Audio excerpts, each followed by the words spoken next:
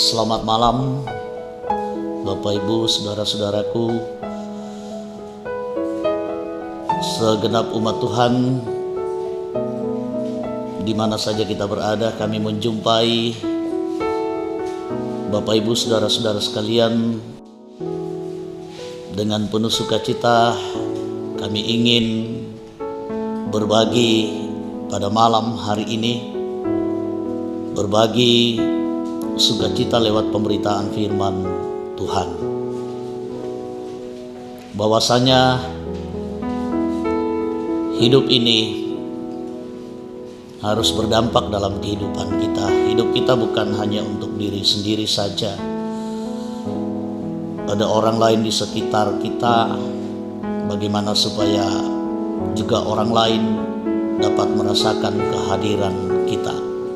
Kita ini adalah milik Kristus, dan Paulus mengaminkan benar bahwa hidupnya bukan untuknya lagi, tetapi semuanya untuk Kristus, lewat sukacita dan kebahagiaan, bahkan keselamatan bagi orang lain. Mari kita persiapkan hati dan pikiran kita untuk mendengarkan firman Tuhan. Oleh karenanya mari kita berdoa. Kita berdoa. Puji syukur kepadamu ya Bapa di surga, atas segala kasih setia dan penyertaan-Mu bagi kami sekalian. Dalam kehidupan ini, Tuhan benar-benar mengasihi dan mengasihani kami. Selalu setia menuntun kami. Tuhan, begitu banyak yang kami nikmati, kami rasakan dalam hidup kami bahwa Tuhan sayang kepada kami. Kiranya hidup kami juga semakin bermakna sebagai anak-anak Tuhan untuk terus menyatakan kualitas hidup berdasarkan kebenaran firman-Mu. Hidup kami untuk Engkau, agar Engkau dimuliakan di seluruh muka bumi ini. Dan kiranya Tuhan juga menolong kami menyatakan itu bagi orang-orang di sekitar kami. Tuhan sangat berharap kami menyatakan buah-buah iman kami. Oleh karena itu tuntun dan perlengkapi kami. Hari ini Engkau perlengkapi kami dengan firman kebenaran-Mu. Layakkan ampuni kami dan bersabdalah kepada kami ya Bapa. Di dalam nama Tuhan Yesus kami berdoa. Amin. Mari baca firman Tuhan dari kitab Filipi, surat kiriman kepada jemaat Filipi oleh Rasul Paulus. Pasalnya yang pertama, ayatnya yang ke-21 sampai dengan ayatnya yang ke-26. Seperti ini firman Tuhan, karena bagiku hidup adalah Kristus dan mati adalah keuntungan. Tetapi jika aku harus hidup di dunia ini, itu berarti bagiku bekerja memberi buah. Jadi mana yang harus kupilih? Aku tidak tahu. Aku didesak dari dua pihak. Aku ingin pergi dan diam bersama-sama dengan Kristus. Itu memang jauh lebih baik. Tetapi lebih perlu untuk tinggal di dunia ini karena kamu. Dan dalam keyakinan ini, taulah aku akan tinggal dan akan bersama-sama lagi dengan kamu sekalian, supaya kamu makin maju dan bersukacita dalam iman, sehingga kemegahanmu dalam Kristus Yesus makin bertambah karena apabila aku kembali kepada kamu. Amin. Firman Tuhan, Tuhan menolong kita, menuntun kita, menguatkan, memampukan kita sekalian. Kita renungkan firman Tuhan dengan tema hidup untuk Kristus. Hidup untuk Kristus. Ada ungkapan Bapak Ibu saudara-saudara, jadilah manusia yang dapat memanusiakan orang lain. Jadilah manusia yang dapat memanusiakan orang lain. Maksudnya atau artinya, kita sebagai manusia harusnya juga memikirkan dan bisa berbuat untuk kepentingan dan kebaikan orang lain. Hidup tidak hanya berbicara untuk diri sendiri. Hidup kita bukan untuk diri kita sendiri, tetapi juga untuk orang lain. Untuk saudara-saudara kita, sesama kita. Dan itu harapan Tuhan bagi semua umatnya di muka bumi ini. Janganlah setiap orang hanya berpikir egois dan bertindak untuk kenyamanan diri sendiri, kebahagiaan diri sendiri, kepentingan diri sendiri. Tetapi bagaimana juga kita sebagai manusia sesibuk-sibuknya apapun dan dimanapun kita berada, harusnya kita termotivasi dan menyatakan secara real hidup ini untuk kepentingan sukacita dan kebahagiaan orang lain. Percuma hidup ini kalau hanya untuk diri sendiri saja. Ini hidup kita tidak akan bernilai, sama sekali tidak akan berharga. Percuma Tuhan memberikan segala-galanya kepada kita kalau kita hanya memikirkan diri sendiri.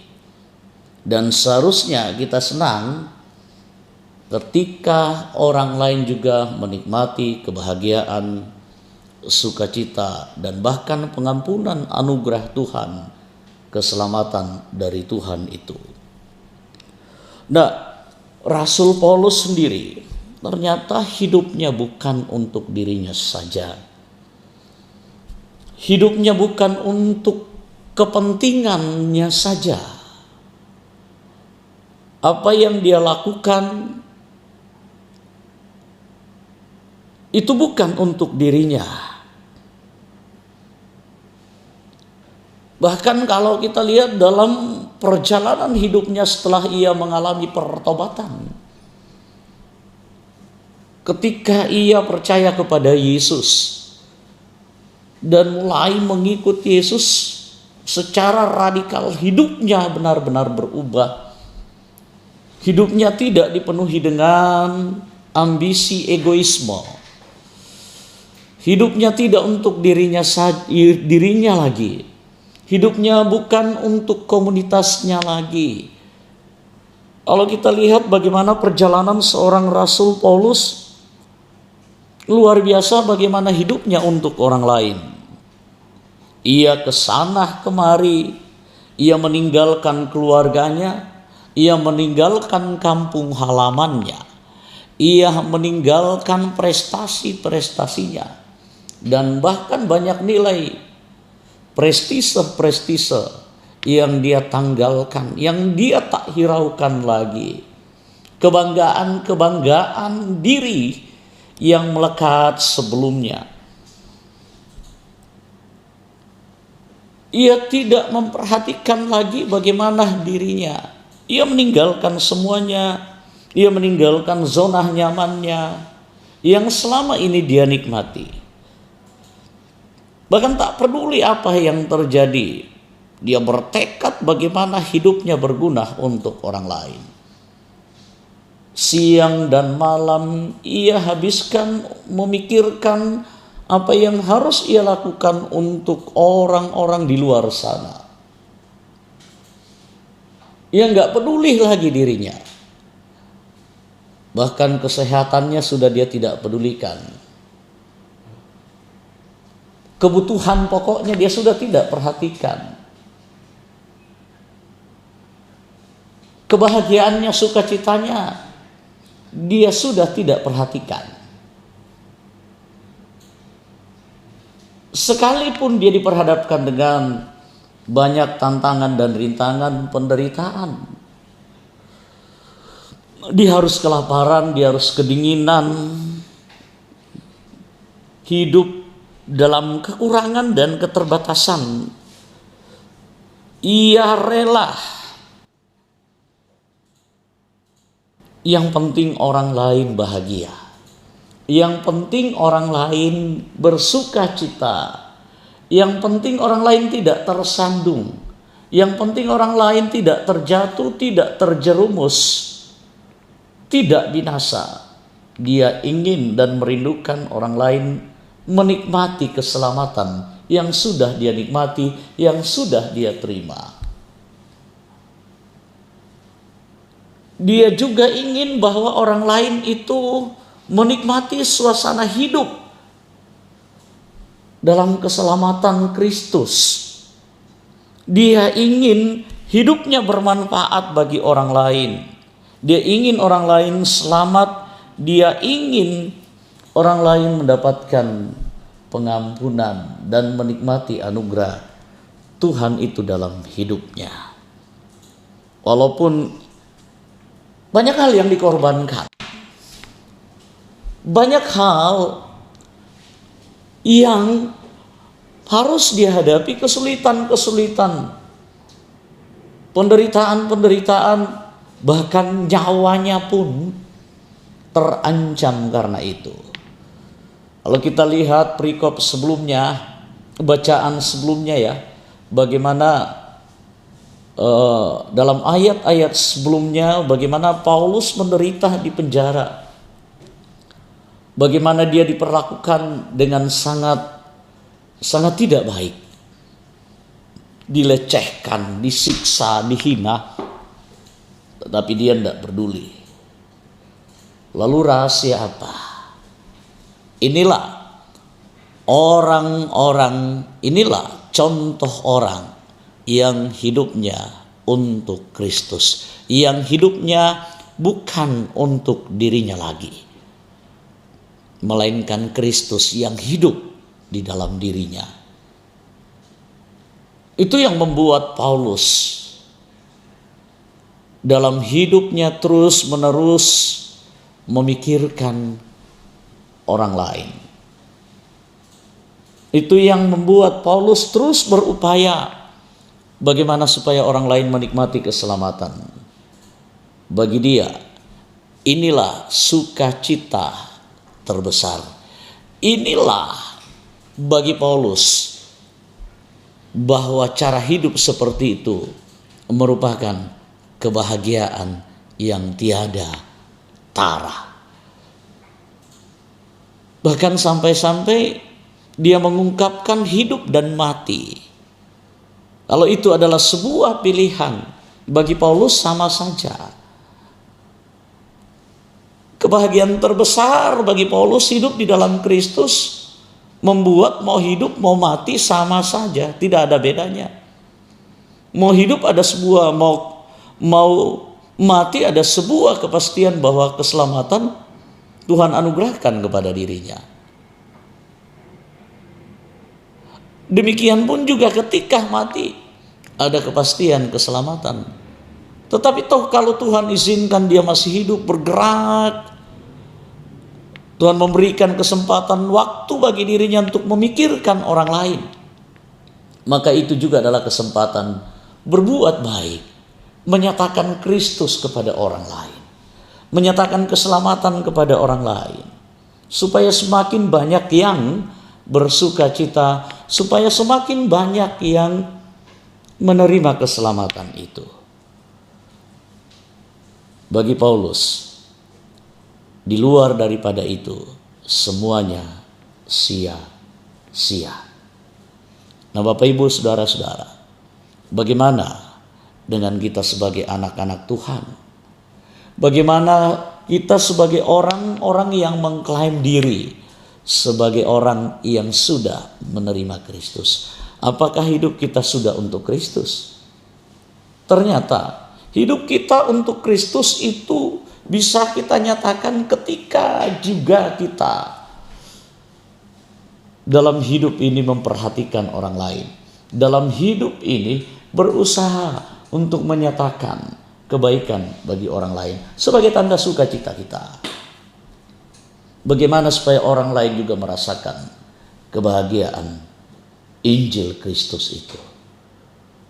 Mari nyatakan itu Bapak Ibu Saudara-saudara, tanpa memilih siapa mereka, dan terus saling menguatkan dan membagi sukacita dalam hidup kita.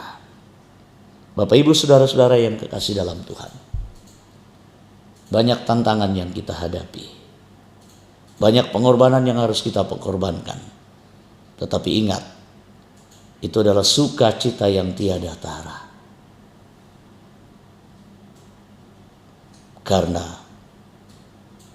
kita adalah anak-anak Tuhan yang menyatakan hidup kita untuk Kristus. Nyatakanlah itu. Tuhan menolong kita, Tuhan memberkati kita, Roh Kudus menuntun kita. Amin.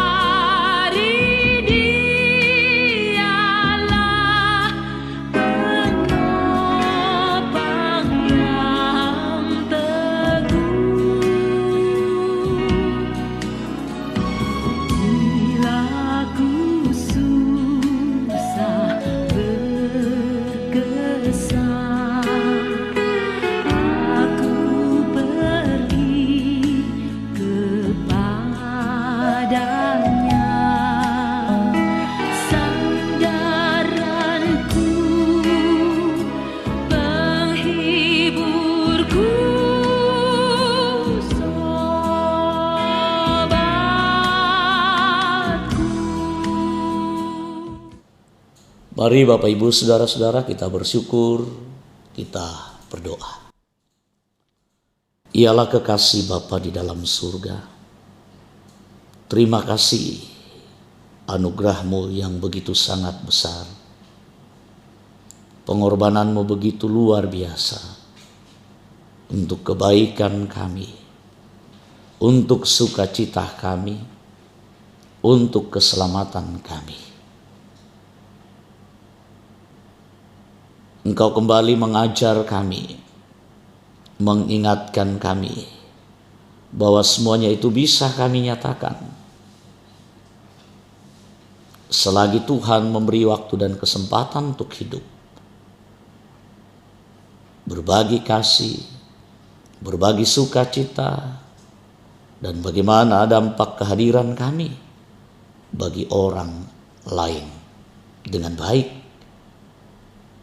Tuhan tuntun kami, Tuhan tolong kuatkan kami semuanya. Dan kami berdoa untuk hidup kami, seterusnya juga Tuhanlah yang terus memelihara, memberkati kami sekalian. Terus mendoakan seluruh jemaat-Mu dalam segenap hidup mereka yang bergumul, yang berbeban berat karena berbagai macam persoalan. Tuhan kuatkan, mampukan kami melihat rencana Tuhan yang indah bagi kami. Kuatkan iman percaya kami selalu, yang juga berkutat dalam sakit penyakit. Ada begitu banyak hamba-Mu, umat-Mu. Kami percaya Tuhan tidak membiarkan mereka. Kami pun berdoa buat anak-anak kekasih kami. Dalam pertumbuhan mereka, biarlah Tuhan campur tangan. Semoga mereka bertumbuh dengan baik secara fisik dan bahkan iman mereka semakin hari semakin bertumbuh pula dengan baik. Kami percaya juga anak-anak muda Tuhan yang sedang berjuang dalam pendidikan dan masa depan mereka ada dalam tangan-Mu. Tuhan, kami doakan Tuhan tidak